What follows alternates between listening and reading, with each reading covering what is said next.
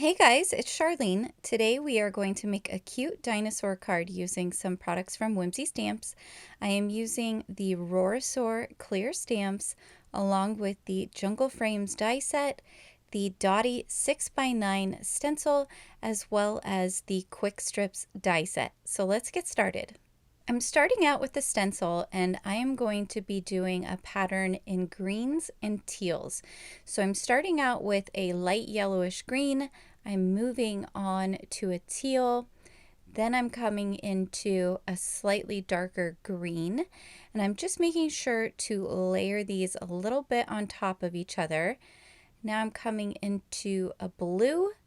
And then I'm going to repeat a couple colors. I'm going back to the teal and then I'm going to go back to the yellowish green. I thought this looked a little bit like a fun dinosaur scale, so I thought the greens and the yellows would go really well.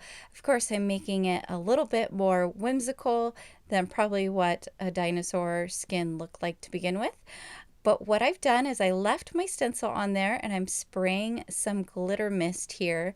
So that way when you turn the card at an angle, you're going to get a little bit of glitter on all of those dots. You just want to clean your stencil once you're done and wait until it's dry before removing the stencil, so that way the glitter doesn't stick to your hands. So I'm cutting out using that Jungle Frames die, and now I'm going to come in again with the yellowish green here, and I'm going to go ahead and darken up the frame. So I'm going to be using the dots still in the center, but then on the frame it's going to have this nice green color, kind of like a jungle vine. And this die set is really fun. It comes also with a smaller frame, you can see there, as well as several little leaves that you can cut out. This is perfect for like any sets where you have jungle animals, or even if you had zoo animals. It's also great for dinosaurs, all kinds of stuff. So I'm ink blending on my leaves here that I've cut out, and I'm using that light yellowish green color, and then I'm coming in with a little detail blending brush and I'm using the darker green just so I can make the leaves look like a little more three-dimensional, give them some shading so they're not quite so plain. Once I have that done, I'm going to go ahead and stamp out two of the cute little dinosaurs from the set.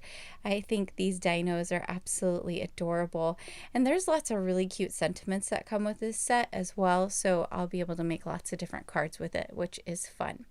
So I'm using some alcohol ink markers here to go ahead and color my little dinos, and in hindsight I wish I had made one of them purple, but you know, we went with green and gray, and I think at the end of the day the card is still super cute. But I'm stamping out my sentiment here, and like I said, there's lots of different ways you can combine the words that are included in the stamp set, which is nice.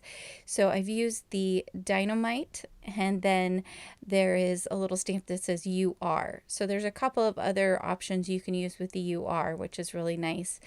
Get that stamped on top of it. And then I'm going to use one of the quick strip dies to go ahead and cut out the sentiment. I love these. I use them all the time. If you guys watch my videos, you know that I use this quite a bit.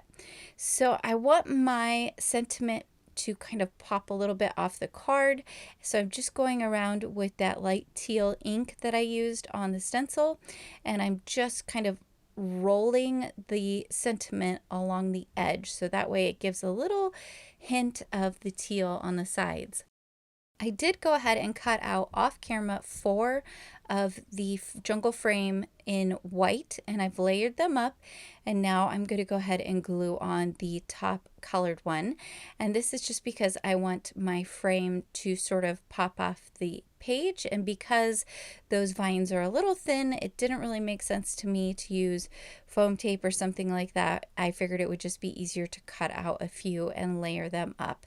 Didn't take much time at all, because you can very easily put them together and then just go around the edge like I'm doing here to make sure they're squeezed together, and they'll line up just perfectly. So now I'm going to put my card together. I'm going to start by putting the frame down because I want to be able to make sure that it's centered.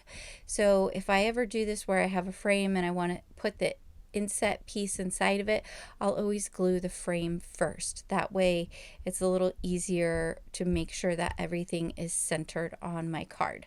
This is an A2 size card, so it's 4 1/4 by 5 1/2.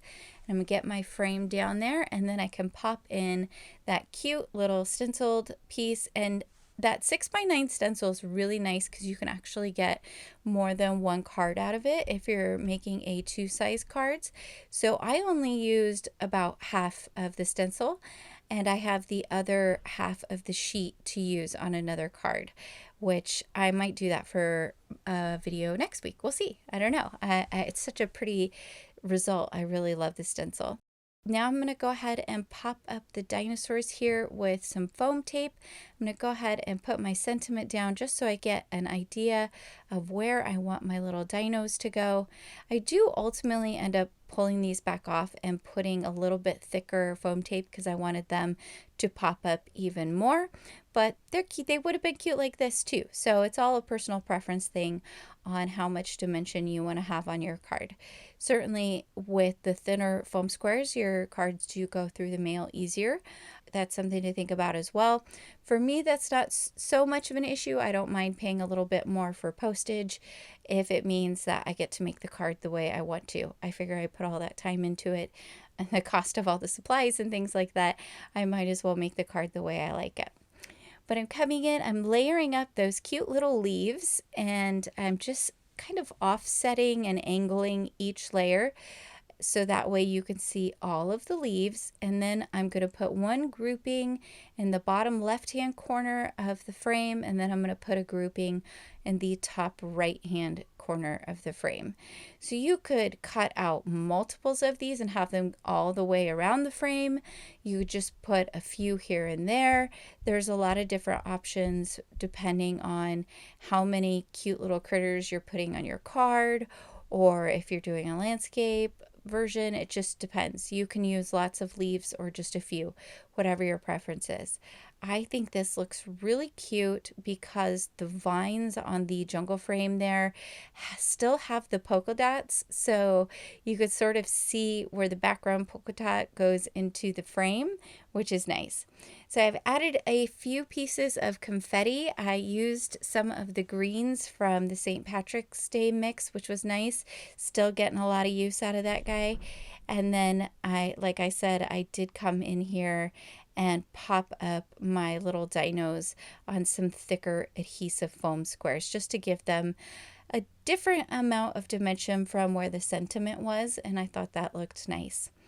Once I was all done, I went ahead and added a little bit of glossy accents to the top of my leaves as well as the little dots on that bottom dino. And if you turn it in the light, you can see the glitter on the spots, which is super cute. All right, guys, well, here's my finished card. I hope you enjoyed this. I hope you found some helpful information today. I hope you will join me over in the Whimsy Stamps Facebook inspiration group, and you can also follow Whimsy Stamps on Facebook, Pinterest, and Instagram. Until next time, happy crafting.